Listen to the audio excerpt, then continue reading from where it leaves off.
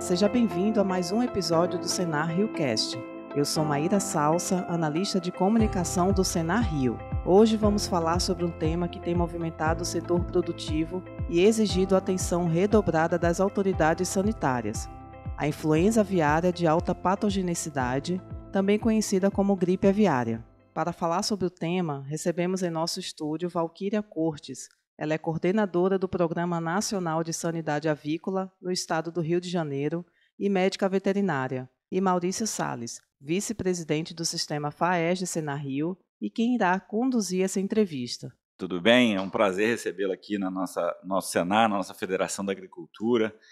Eu aqui como vice-presidente da Federação, como presidente do Fundo de Defesa Sanitária Animal, conversar sobre um tema tão importante, e não só no nosso estado, mas a nível nacional e internacional, que é a questão da influenza aviária.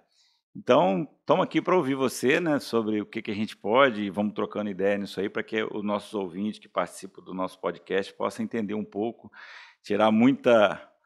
desmistificar muita coisa. Tem muita coisa aí que às vezes as pessoas estão mal informadas, a gente precisa informar melhor essa população, não só urbana, como rural também, Sim. Eu é que agradeço o convite, Maurício, porque é uma oportunidade da gente combater a desinformação, porque acaba que muitas mídias resolvem fazer um sensacionalismo e o importante é informação técnica e oficial. E assim a gente consegue realmente informar a população do jeito correto, do jeito certo e como deve proceder nessas situações.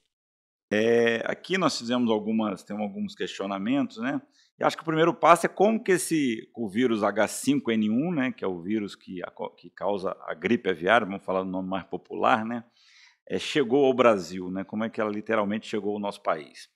Então, assim, voltando só um pouquinho antes dele chegar aqui, como acontece o vírus de alta patogenicidade? Primeiro, o vírus ele circula naturalmente entre as aves de produção, o que a gente chama de influenza aviária de baixa patogenicidade. E as aves migratórias que atravessam continentes, e nós temos várias rotas pelo mundo, elas, nos seus momentos de pousio e de descanso, elas entram em contato com essas outras aves. E é assim que vai ocorrendo a mutação e a troca de material genético entre esses animais. E os vírus de baixa patogenicidade, principalmente o H5 e o H7, eles podem sofrer mutação e virar de alta patogenicidade, que é o que a gente vem acontecendo. E aí essa ave migratória, em contato com essa ave doméstica, onde ocorreu essa mutação, ela se infecta com H5N1 ou outro de alta patogenicidade, circula pelo mundo e vai levando a doença. Em princípio, no início, esse vírus causa uma alta mortalidade, tanto entre as aves migratórias e também nas aves de produção, mas depois dessa mortalidade vai diminuindo, porque alguns indivíduos, assim como acontece com a gente naturalmente, vai desenvolvendo resistência, vai desenvolvendo imunidade. Mas essas rotas migratórias com essas aves, elas rodam, elas circulam o mundo inteiro. Então, na Europa, nós temos desde 1996 o primeiro caso, na China, e desde então ficava restrito, aos outros continentes. Em 2021 começou nos Estados Unidos e em 2022 começou a se disseminar pela América Latina. E tem um estudo atual, recente, que mostra qual o caminho que o vírus fez para chegar até no nosso caso, no nosso primeiro foco no Espírito Santo, mas, na verdade, veio pelo sul do país. Ele veio Peru, Chile, Europa, América do Norte, veio descendo, América do Sul, e contornou o sul do país. O primeiro caso que nós tivemos foi no Espírito Santo, depois, em seguida, Rio de Janeiro, com focos também em aves silvestres, e, em seguida, o sul do país. Então, foi assim que o vírus ele contornou o nosso sul e subiu. Assim, ele chegou até ao Brasil. Em que ano que ele chegou? Qual ano que ele chegou no Rio de Janeiro? O primeiro caso diagnosticado em ave silvestre, Foi em ave silvestre, dia 15 de maio de 2023, foi o primeiro foco em aves silvestres no município de Serra. Espírito Santo. Depois no Rio, foi logo depois do diagnóstico? Aí 5 dias depois, o Rio de Janeiro teve seu primeiro foco diagnosticado também em ave silvestre. E até hoje, quantos casos de ave silvestre nós tivemos no estado do Rio? No Rio de Janeiro, 31 focos em aves silvestres. Mas nada a criação comercial e nada disso, tá? Nenhum foco. Nem subsistência, nem comercial, Investigações a gente faz sempre, porque quando é notificado, a gente faz a investigação, mas nenhum foco em aves domésticas ou comerciais. Então é importante para que toda a população fique alerta, principalmente no litoral nosso, né? E aí vem aqui uma outra questionamento: quais são os primeiros sinais assim que as pessoas têm que tomar cuidado quando encontram uma ave, né, morta numa praia, né? Quais são esses sintomas, né? Como nós não temos sintoma, graças a Deus, em criação comercial, né? Na praia aí, como é que os banhistas estão lá, como é que ele pode diagnosticar isso? Como é que ele pode conhecer isso, né? Primeiro, essas aves migratórias não são aves dóceis, que aceitam manipulação. Não são. Se elas estão aceitando manipulação é porque tem algo já de errado. Se tiver caída, não manipular. E no Rio de Janeiro inteiro, nas nossas praias, de ponta a ponta do nosso litoral, nós temos um projeto muito, muito importante, e que foi muito importante em outros estados também, que é o projeto de monitoramento de praias, que é vinculado à Petrobras e vinculado aos CRAS, que são os Centros de Reabilitação de Animais Silvestres. Por quê? Eles justamente, não só aves, mamíferos marinhos também, eles resgatam esses animais e cuidam deles para depois eles serem reintegrados à natureza. Mas eles são assim os parceiros do Serviço Veterinário Oficial do Rio de Janeiro, que foram assim, importantíssimos, porque são vários veterinários técnicos com expertise nesse meio, eles são notificados e eles resgatam essas aves, isolam a ave, já tem um sistema para isolar, coletam material em parceria com a gente, o Estado do Rio de Janeiro fornece material para eles e a gente faz o envio desse material. Então, é muito importante porque a gente monitora a circulação do vírus nas aves silvestres. Então, isso é bem importante. Então, o bombeiro também, a gente tem uma parceria com o bombeiro é ciente, e aí notifica o Serviço Veterinário Oficial. Então, a informação... E tem os núcleos de defesa agropecuária das regiões que o produtor ou o cidadão pode notificar diretamente. Entendeu? Mas não manipular. Então, a população que está no litoral procura uma autoridade pública, municipal, um bombeiro, alguma assim, dizendo: tem uma ave, tem muitas aves ali mortas, poderia notificar. Isso. Que possivelmente para as autoridades fazerem o levantamento, o diagnóstico, se era ou não a gripe aviária. E a ave também ela pode apresentar como se estivesse com a asa quebrada, parece estar com a asa machucada. Então, de maneira geral, as pessoas acham que é trauma, e não é trauma. Isso considerando os sinais clínicos nas aves migratórias. Se nós formos pensar nas aves domésticas, quando você pensa em produção, uma mortalidade aumentada numa produção, uma queda abrupta na produção de ovos, no caso de postura. As aves migratórias apresentaram fundamentalmente sinais neurológicos. Tá? Apesar de nós chamarmos de gripe aviária, os sinais fundamentalmente foram neurológicos. Eu não vi uma ave aqui dessas do Rio de Janeiro com sinal respiratório. E nas aves domésticas, a mortalidade é muito alta e súbita, e elas ficam com manchas na crista, na barbela, manchas vermelhas, com hematomas, né, manchas roxas, e podem apresentar sinais respiratórios? Podem, mas aí pode ser uma influenza aviária de baixa patogenicidade? Pode também, por isso que o importante é sempre, diante de uma baixa de produção, ou você notar que as aves estão amontoadas, não estão se alimentando, primeiro, buscar um serviço veterinário e notificar. Mortalidade é um primeiro sinal que chama bastante atenção, notificar o serviço veterinário oficial. Como é que acontece a transmissão da influenza entre aves? Entre aves é o contato direto e no ar.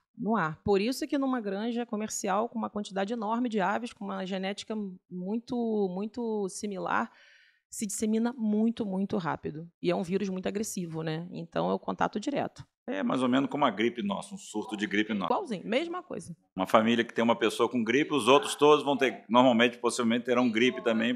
Igual a gripe, Covid, exatamente, contato direto. E aí, em termos de defesa agropecuária, né, do Estado nosso, o que está sendo feito assim para que esse vírus não se espalhe? Né? O trabalho de vigilância, né, de controle. Dá para a população entender o trabalho importante de vocês. Desde 2022, quando o vírus começou a se disseminar na América do Sul, nós ficamos em estado de alerta. Então, nós buscamos os profissionais, porque ficou muito claro, esse vírus vai chegar aqui através das aves migratórias. Quem são os profissionais que trabalham com as aves migratórias? Justamente os colegas dos projetos de monitoramento de praia, dos CRAS, seriam os primeiros a ter contato direto com essas aves nas nossas praias. Então, nós nos reunimos, então eles passaram para a gente a experiência deles em outros países, como alta mortalidade de pelicanos no Peru. E a partir dessas reuniões, que foram em outubro de 2022, surgiu a semente do nosso plano de contingência, que vale ressaltar que o Rio de Janeiro foi o primeiro estado do Brasil a ter o seu próprio plano de contingência para a influenza aviária altamente patogênica, porque nós fizemos um estudo das nossas aves migratórias. Então, onde seria a maior chance, quais já tinham positivado para H5N1 em outros países, para você ter uma vigilância direcionada, né? E, em paralelo, o Ministério da Agricultura, em 2022, ele lançou, né, o plano de vigilância para a influenza aviária e doença de Newcastle, onde todos os estados do Brasil eles coletam material, tanto em aves de subsistência como em aves comerciais, para fazer essa vigilância ativa e detecção precoce, caso você encontre o vírus circulando. Então, desde então, a gente vem fazendo essa vigilância, agora é uma vigilância mensal, e nenhum resultado positivo.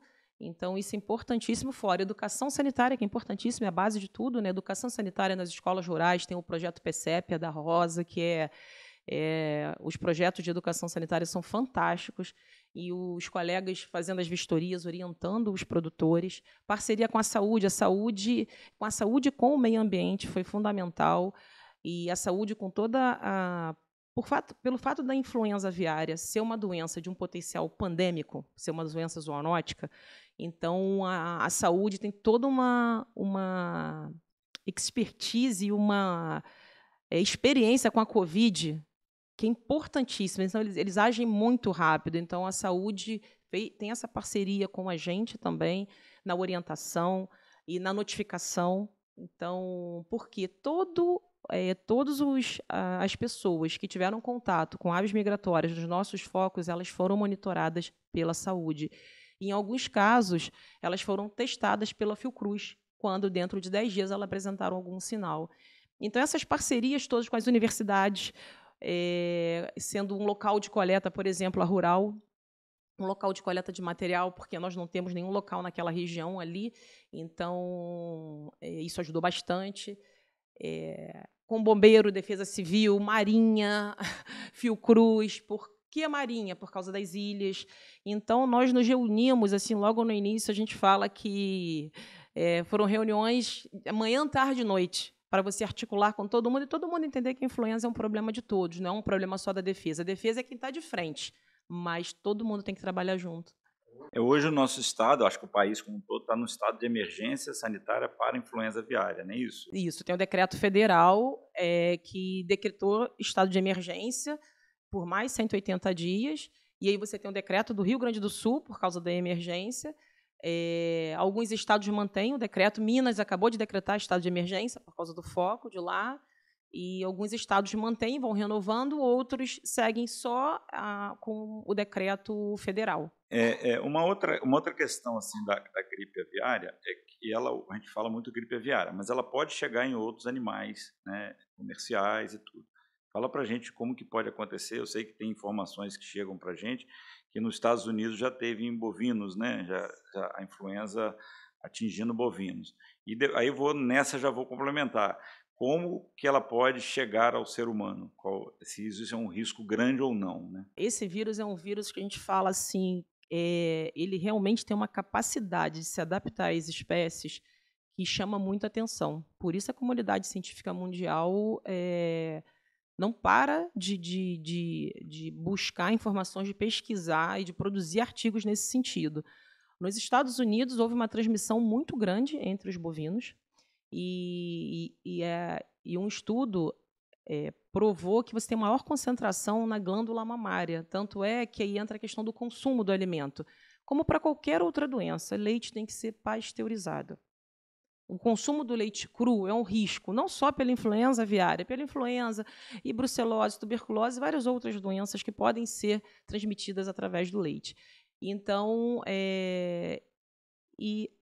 houve um número grande de seres humanos infectados também que trabalhavam com gado leiteiro, que trabalhavam com aves nos Estados Unidos, por causa dessa manipulação intensa, gado confinado. Então, quando você confina os animais, como as aves ficam confinadas dentro de um galpão, então a chance de disseminação de uma doença é muito grande. E transmissão em gatos nos Estados Unidos. Gatos que estavam relacionados a pessoas que trabalhavam com gado e levou para dentro, ele veiculou esse vírus para dentro da casa dele, e os 2 gatos dele pegaram influenza.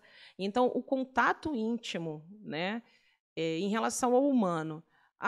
O vírus consegue transmitir entre humanos? Não, não consegue. O vírus consegue infectar o humano? Consegue. Ele consegue. Tanto é que nós temos vários casos no mundo, e é uma doença que, se você for considerar os casos de 2003 até agora, ela tem uma taxa de letalidade de 48%. Mas, se nós formos considerar de 2020 para cá, sem considerar os anteriores, eu acho que, por causa da informação e dessa veiculação de informações, é uma taxa de 13% de mortalidade. Mas é um vírus muito agressivo. Ele consegue. Quando ele se adapta no ser humano, ele pode causar um caso grave. Então, nós podemos dizer que o risco dela chegar ao bovino, por exemplo, é pequeno, né? Dela atingir um bovino aqui para a gente é restrito, né? Não é grande. E para o ser humano também não é, né? Porque quando tivemos agora o foco em uma área comercial, né? Suspendemos várias exportações, né? O Brasil é um grande exportador de carne de frango. Se divulgou muito, eu acho que você poderia, né, falar um pouco sobre isso. Não existe risco de consumo. Inspecionados, bem cozidos. Em relação aos Estados Unidos, chegou nos bovinos porque já estava disseminado nas aves. Eles não conseguiram conter nas aves, nas criações. E aí, então, você tinha uma quantidade de vírus circulando, e a suspeita deles é que funcionário que trabalhava no aviário, que trabalhava com boi, é que fez essa ponte, né? Então, por isso que lá chegou nos bovinos, porque estava circulando já nas aves.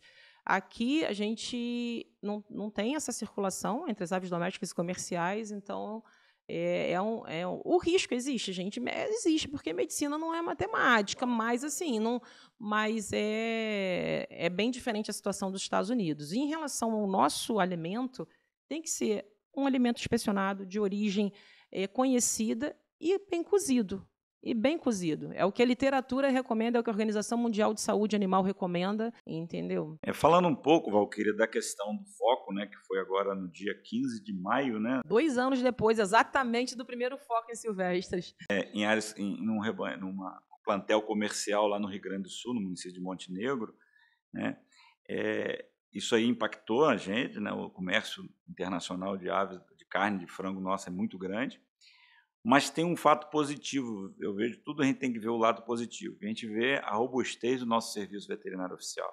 Eu queria que você, como representante do serviço do Estado, né, dizer qual é essa importância de que você comentou da questão dos Estados Unidos, que estava em grande escala, e que a gente está conseguindo conter isso, e que, se Deus quiser, nós vamos trabalhar, porque o nosso serviço é robusto, né?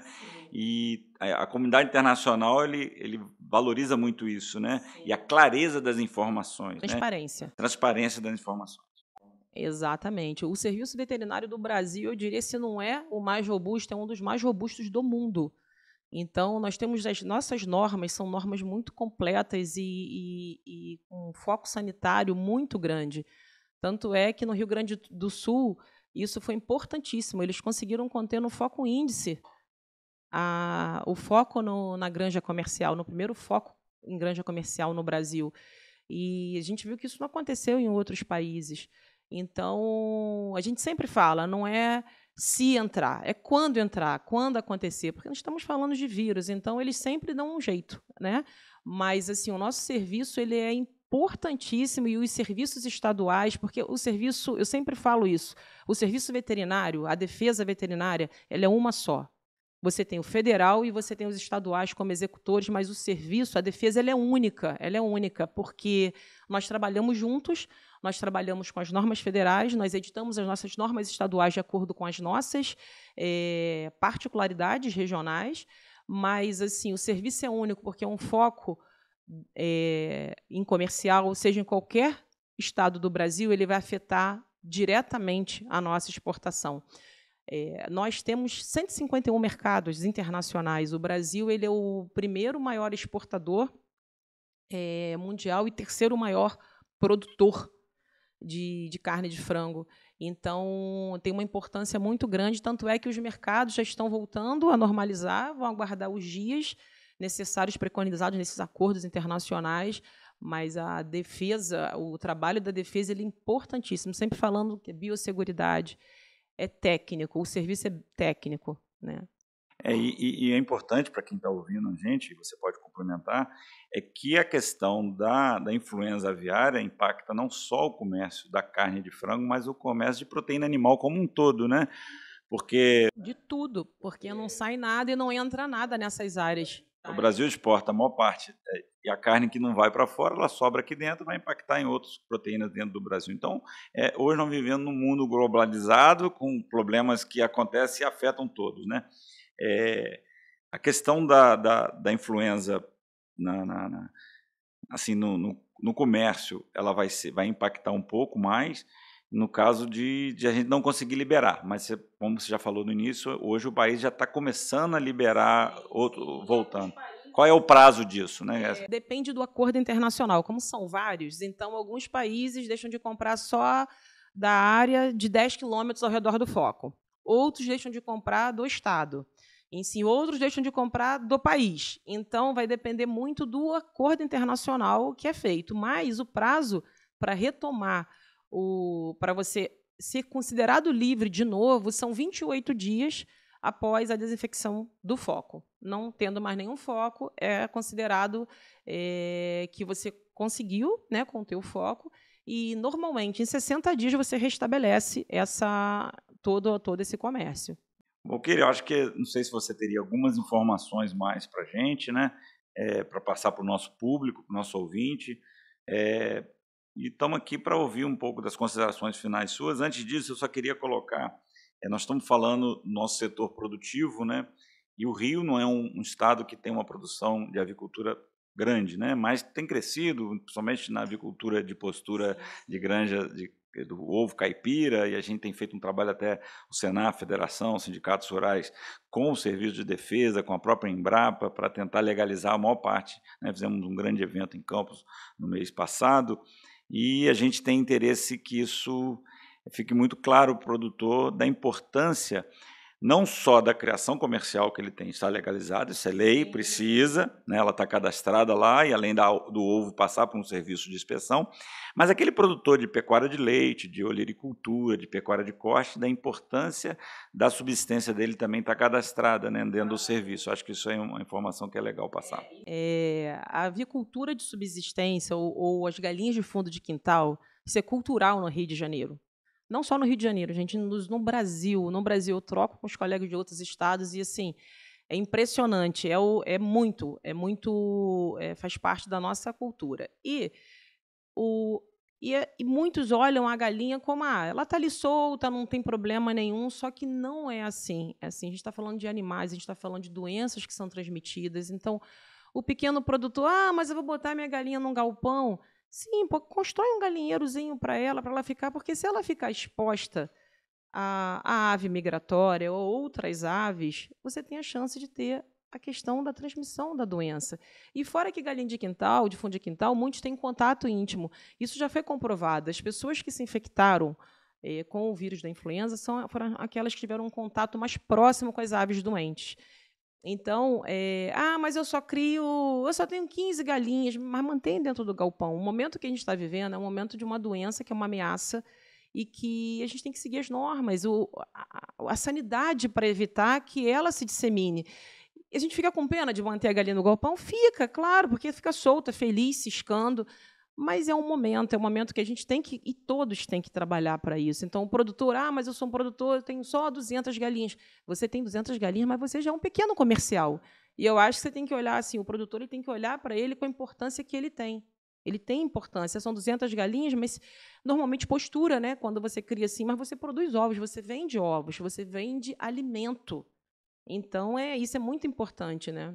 Mas mesmo um produtor que tenha lá suas 20 galinhas para ter o ovo só do dia a dia, é importante ele... É importante ele estar cadastrado. Por quê? Porque quando ele notificar qualquer doença, ele pode notificar o Serviço Veterinário Oficial de uma suspeita de uma doença, o serviço vai lá e investiga.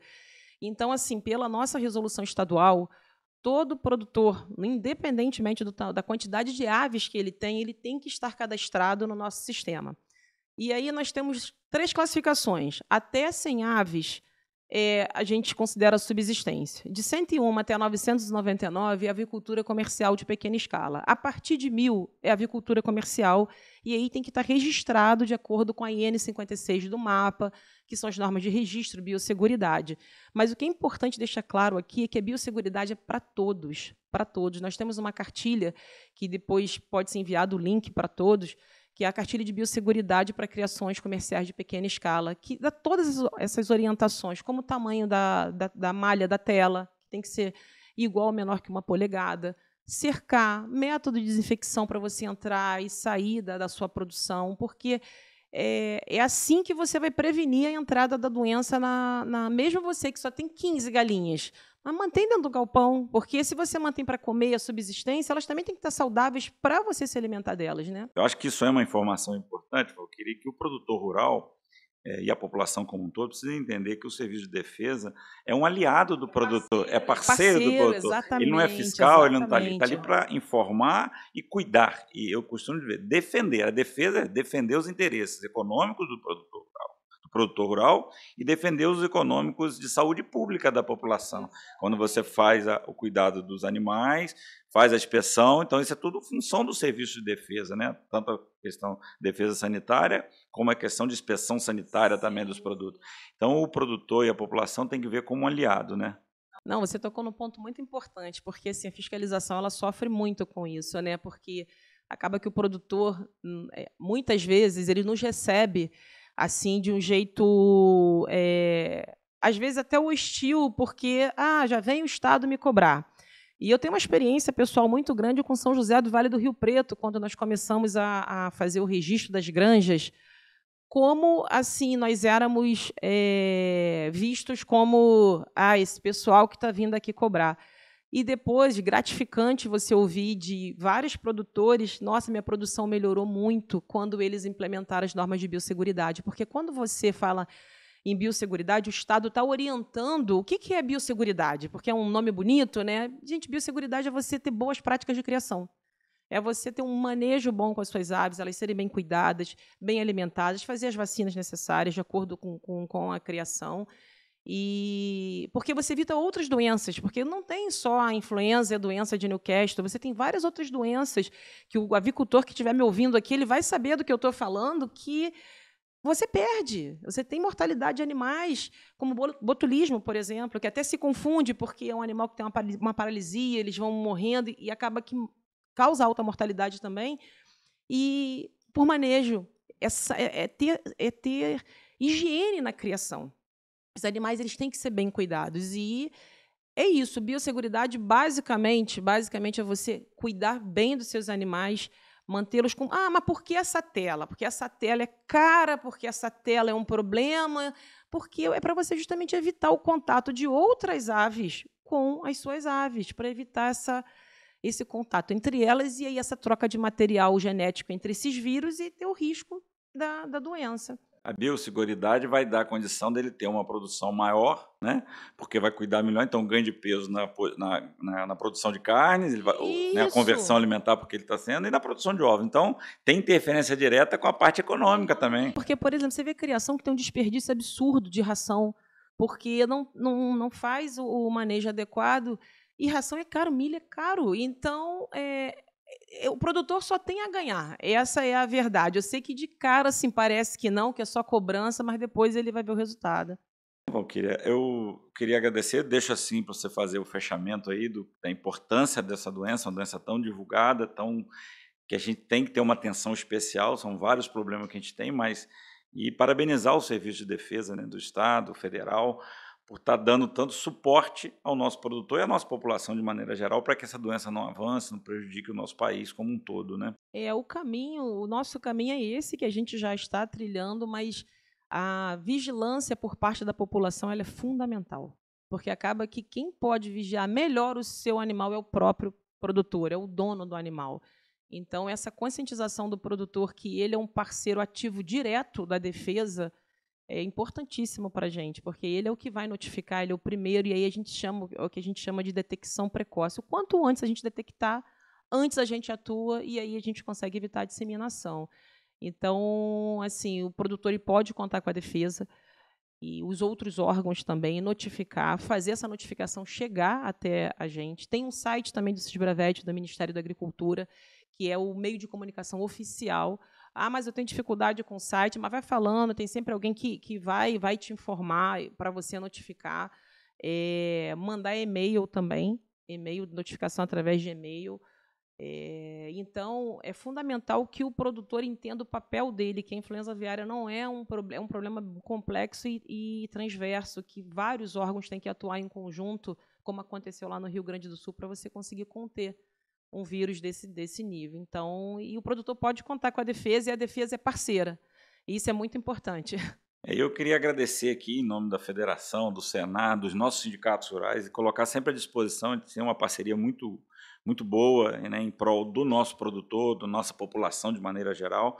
Então, se precisar de novos eventos, novos podcasts desses para a gente informar a população, nós estamos aqui à disposição para fazer. E a gente tem uma participação assim, junto com o Estado, vendo aquele crescimento, a questão de segurança do nosso produtor também, né, da nossa população.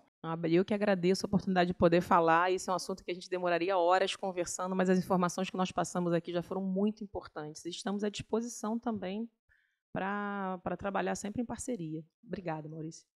Então, agradecer mais uma vez aí a todos a participação de você aqui, representando a defesa do Estado do Rio de Janeiro. E chegamos ao fim de mais um episódio.